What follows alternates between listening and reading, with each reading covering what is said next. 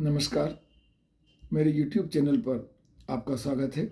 आज हम हिंदू जीवन के प्रमुख संस्कार के बारे में चर्चा करेंगे। इसके पूर्व के वीडियो में हमने संस्कार का अर्थ और उसके उद्देश्य के बारे में चर्चा की थी। आज का यह वीडियो समाजशास्त्र विषय के विद्यार्थियों के लिए उपयोगी होगा। एक हिंदू व्यक्ति के जीवन में संस्कारों की बहुत प्रधानता है।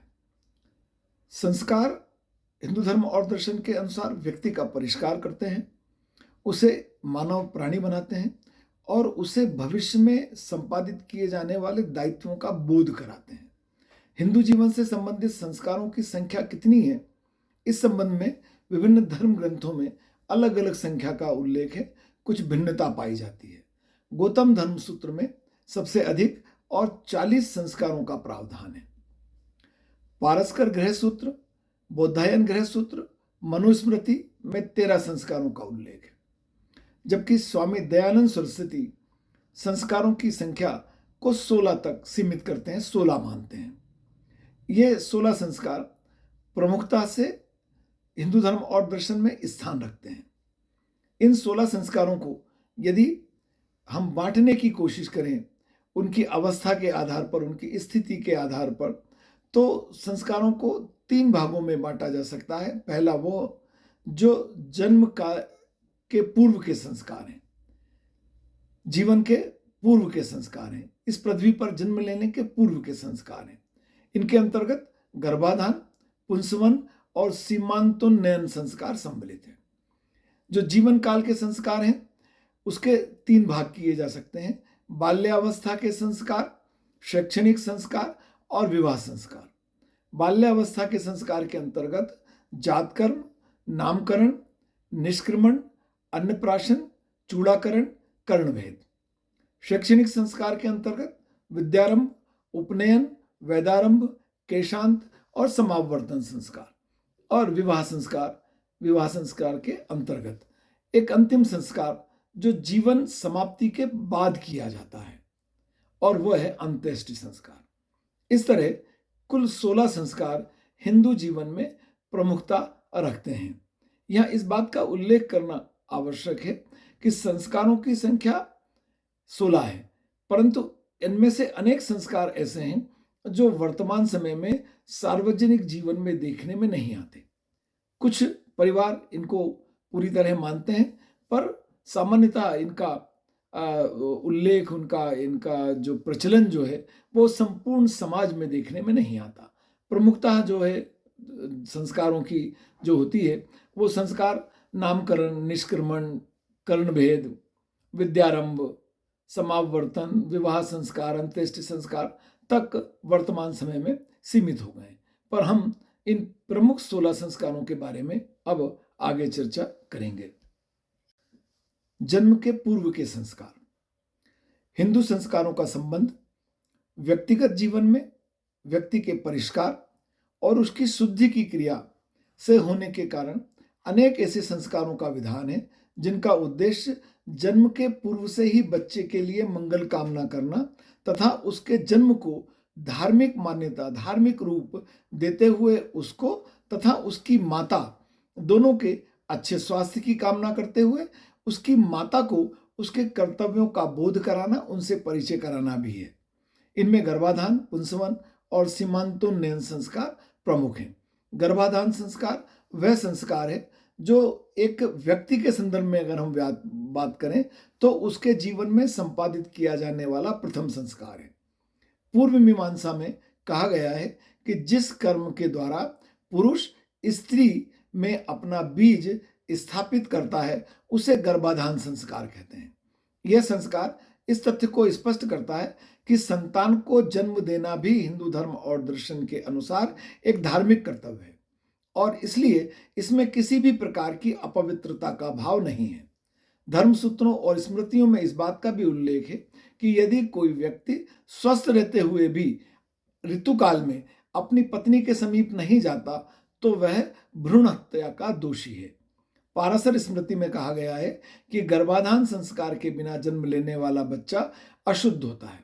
सामान्य विचार यह है कि गर्भाधान संस्कार पहले गर्भधारण के समय ही किया जाना चाहिए। बाद में इसकी आवश्यकता नहीं है, क्योंकि एक बार पवित्र हुआ गर्भ आगे भी पवित्र बना रहता है। दूसरा संस्कार है पुंसवन संस्कार। गर्भ धारण का निश्चय हो जाने के बाद गर्भ में स्थित शिशु को पुंसवन नामक संस्कार से पवित्र किया जाता है। इसका तात्पर्य यह है कि जब इस बात का विश्वास हो जाए, निश्चय हो जाए कि गर्भ में शिशु है, तब उस शिशु की पवित्रता के लिए इस संस्कार का संपादन किया जाता है, पुंसवन संस्कार। इस संस्कार का उद्देश्य पुत्र के जन्म की कामना करना है। ऋषि सीनक का मत यह है कि गर्भाधान स्पष्ट हो जाने के तीसरे मास में इस संस्कार को संपादित किया जाना उचित है। अनेक शास्त्रकारों का विचार है कि पुंसवन संस्कार के अवसर पर गर्भिणी स्त्री जो माता बनने वाली है, उसके नाक के दाहिने नथुने में वट वृक्ष की 3 या 4 बूंद रस डालकर वैदिक मंत्रों का उच्चारण करना चाहिए, जो यशस्वी जीवन, पुत्र के यशस्वी जीवन की कामना से संबंधित हो। इस अवसर पर स्त्री की गोद में जल से भरा हुआ कलश भी रखा जाता है, जो भावी शिशु की मंगल कामना का प्रतीक होता है। सीमांतोन्नयन संस्कार। सीमांतोन्नयन का अर्थ है गर्भिणी स्त्री के बालों को ऊपर उठाकर अमंगलकारी शक्तियों के प्रभाव से उसकी रक्षा करना।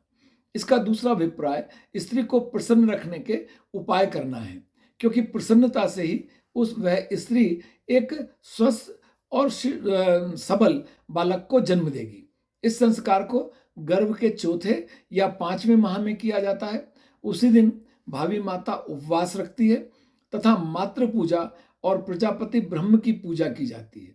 अनेक ऐसी क्रियाओं का संपादन किया जाता है जिससे स्त्री को, जो गर्भवती स्त्री है, उसको अमंगलकारी शक्तियों के प्रभाव से बचाया जा सके। हिंदू धर्म और दर्शन इस बात में भी विश्वास करता है कि इस प्रकृति में मंगल करने वाली और अमंगल करने वाली शक्तियां पाई जाती हैं। तो अमंगलकारी शक्तियों को संतुष्ट करना, उनके प्रभाव को कम करना, गर्भवती स्त्री पर उसका कोई प्रभाव ना हो, यह संस्कार उससे संबंधित है।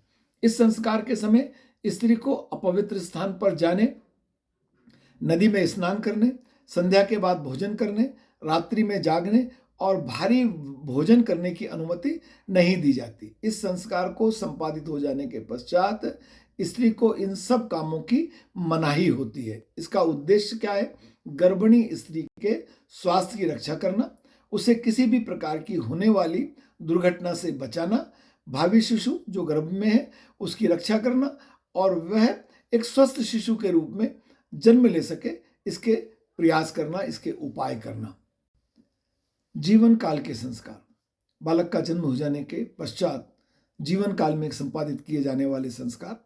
इसका प्रथम भाग बाल्यावस्था के संस्कार। जब बालक बच्चा है, बाल्यावस्था में बच्चे का जैसा शारीरिक और मानसिक विकास होता है वह उसके संपूर्ण जीवन को प्रभावित करता है।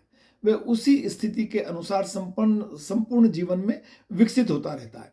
इस दृष्टिकोण से हिंदू शास्त्रकारों ने बाल्यावस्था से संबंधित संस्कारों को सबसे अधिक महत्व दिया है। इनमें जो प्रमुख संस्कार है, जातकर्म, नामकरण, निष्क्रमण, अन्नप्राशन, चूड़ाकरण और कर्णभेद। जातकर्म का तात्पर्य है इस संस्कार का उद्देश्य शिशु को अमंगलकारी शक्तियों के प्रभाव से बचाना और उसके दीर्घायु तथा स्वस्थ होने की कामना करना है। बच्चे के जन्म के तुरंत बाद पिता अपनी जो चौथी उंगली है उससे नवजात शिशु को शहद चटाता है। इसके बाद शिशु की नाभि की नाल को काटकर उसे स्नान कराकर स्तनपान के लिए उसकी मां की गोद में दे दिया जाता है। नामकरण संस्कार। डॉक्टर राजबली पांडे ने लिखा है कि हिंदुओं ने अति प्राचीन काल से ही व्यक्तिगत नामों के महत्व को अनुभव किया और नामकरण की प्रथा को धार्मिक संस्कार के रूप में परिणित कर दिया। हिंदू धर्म और दर्शन यह मानता है कि बालक का नाम रखना एक महत्वपूर्ण क्रिया है। जैसा उसका नाम होगा वैसा उसका जीवन होगा। भावी जीवन में वह उसी प्रकार के कर्तव्यों का, दायित्वों का निर्वहन करेगा।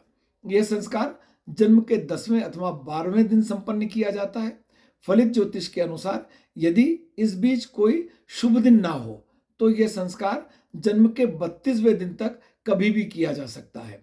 नामकरण के अवसर पर पिता शिशु के दाहिने कान में उसके नाम का उच्चारण करता है और उसके दीर्घायु होने की कामना करता है। निष्क्रमण संस्कार। निष्क्रमण का अर्थ है बाहर की ओर जाना। इस संस्कार के पहले शिशु और उसकी मां दोनों को घर से बाहर जाने की अनुमति नहीं होती है। स्पष्ट है कि यह संस्कार उस समय किया जाता है जब मां और उसके बालक, उसके शिशु दोनों को जन्म के बाद पहली बार घर से बाहर जाने की अनुमति दी जाती है। इस अवसर पर बच्चे को अलंकृत करके पहले उसे कुल देवता के सामने लाया जाता है। इसके बाद पिता एक स्वस्थ साफ लीपे हुए स्थान पर खड़े होकर बच्चे को सूर्य के दर्शन कराता है और इसके बाद शिशु को किसी मंदिर में ले जाकर उसे देव दर्शन कराया जाता है। शिशु को पहली बार अन्न खिलाना उसके जीवन का महत्वपूर्ण अवसर होता है। इस संस्कार के पहले शिशु केवल स्तनपान पर ही निर्भर रहता है। 5 या 6 मास में उसका शरीर इतना विकसित हो जाता है कि अन्न आहार के बगैर उसका समुचित विकास नहीं हो सकता। इसलिए अन्नप्राशन संस्कार संपादित किया जाता है। गृह सूत्रों तथा प्रमुख स्मृतियों में शिशु के जन्म के 6ठे मास में अन्नप्राशन संस्कार को करने का विधान है। इस संस्कार के अवसर पर पहली बार शिशु को दही, शहद और घी के साथ कुछ अन्न खाने को दिया जाता है। चूड़ाकरण संस्कार। चूड़ाकरण संस्कार को प्रचलित भाषा में मुंडन संस्कार भी कहा जाता है। यह वह संस्कार है जिसमें पहली बार शिशु के सिर के बालों को काटकर उसके लिए दीर्घायु, उसके सौंदर्य और उसके कल्याण की कामना की जाती है। यह संस्कार शिशु के जन्म के प्रथम वर्ष के अंत से लेकर तीसरे वर्ष की समाप्ति तक कभी भी किया जा सकता है। मंत्रोच्चार के बाद बच्चे के सिर के केश उतार दिए जाते हैं।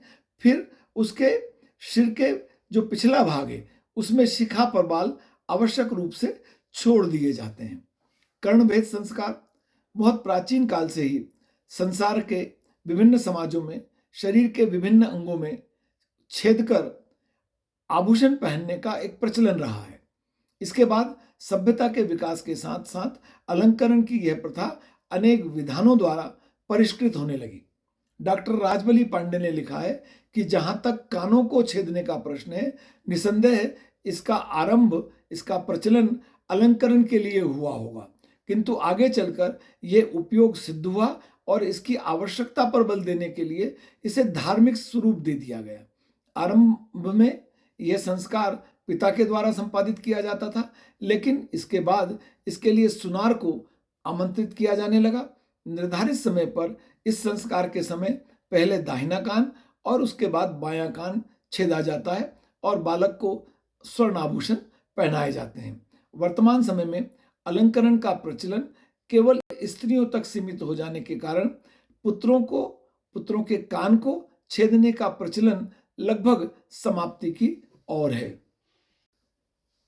जीवन काल के संस्कार के अंतर्गत इसका दूसरा भाग शैक्षणिक संस्कार।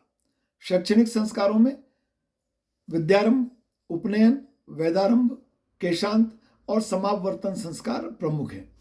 विद्यारंभ बालक का मस्तिष्क जब शिक्षा ग्रहण करने के योग्य हो जाए तब उसे संस्कारों के द्वारा अक्षर का ज्ञान देना प्रारंभ किया जाता है।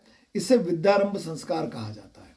पंडित भीमसेन शर्मा ने 16 संस्कारों की विवेचना में इसे एक महत्वपूर्ण संस्कार मानते हुए जन्म के 5वें से 7वें वर्ष के मध्य इसे पूरा करने पर बल दिया। विद्यारंभ के लिए आषाढ़ से कार्तिक तक का समय वर्जित है। शेष महीनों में किसी शुभ नक्षत्र में गणेश, सरस्वती, बृहस्पति और गणदेवता की पूजा के साथ बालक को गुरु के द्वारा अक्षर का ज्ञान देना आरंभ किया जाता है। उपनयन संस्कार। हिंदू जीवन में उपनयन संस्कार का वैदिक काल से ही विशेष महत्व रहा है। स्मृतियों के अनुसार उपनयन संस्कार से ही कोई व्यक्ति द्विज बनता है। वीर मित्रोदय के अनुसार वह कृत्य जिसके द्वारा व्यक्ति को गुरु, वेद, यम, नियम और देवता से समीपता स्थापित करने के लिए दीक्षित किया जाए वही उपनयन है। उपनयन को यज्ञोपवीत संस्कार या जनेऊ संस्कार, यज्ञोपवीत संस्कार या जनेऊ संस्कार के नाम से भी जाना जाता है।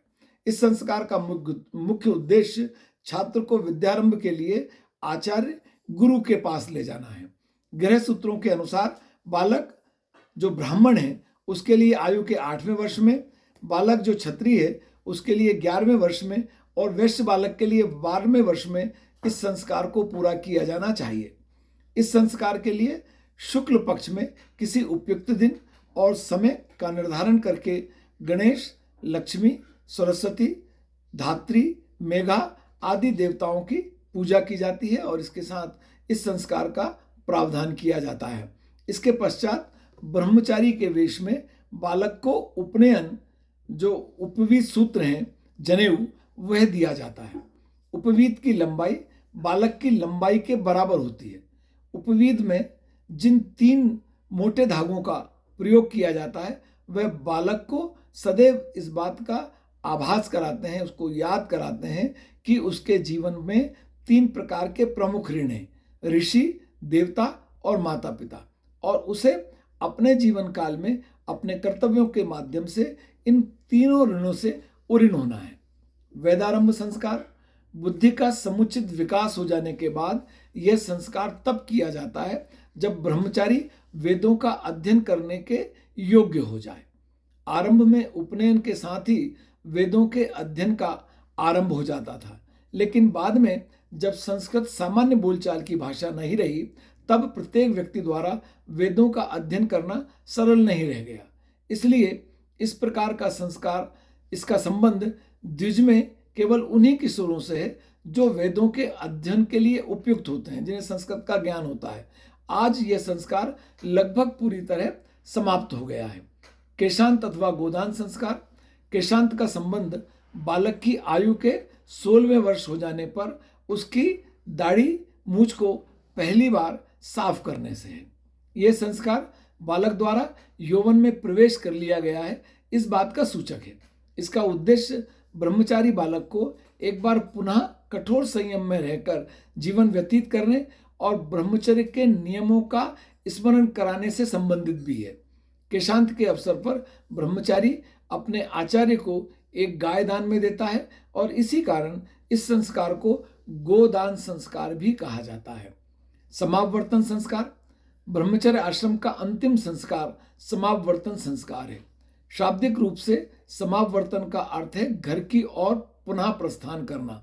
जब एक विद्यार्थी गुरुकुल में अपनी शिक्षा पूरी प्राप्त कर लेने के बाद अपने घर की ओर वापस लौटता है, अपने माता पिता के पास जाता है, तब गुरुकुल में ही इस समावर्तन संस्कार को पूरा किया जाता है। इस संस्कार के लिए किसी शुभ तिथि पर मध्याह्न के समय ब्रह्मचारी गुरु को प्रणाम करके वैदिक अग्नि को अंतिम आहुतियां प्रदान करते हैं। अग्नि के पास ही जल से भरे 8 कलश रखे रहते हैं।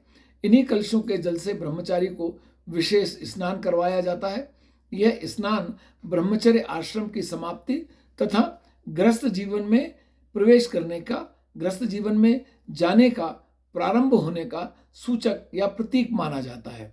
स्नान के बाद ब्रह्मचारी को शुभ वस्त्र, दर्पण, आभूषण और पुष्प दिए जाते हैं। यह इस बात का प्रतीक है कि ब्रह्मचारी व्यक्ति अब ब्रह्मचर्य के नियमों के अनुसार बंधा हुआ नहीं है और वह विवाह के पश्चात गृहस्थ जीवन में प्रवेश करने के योग्य हो गया है।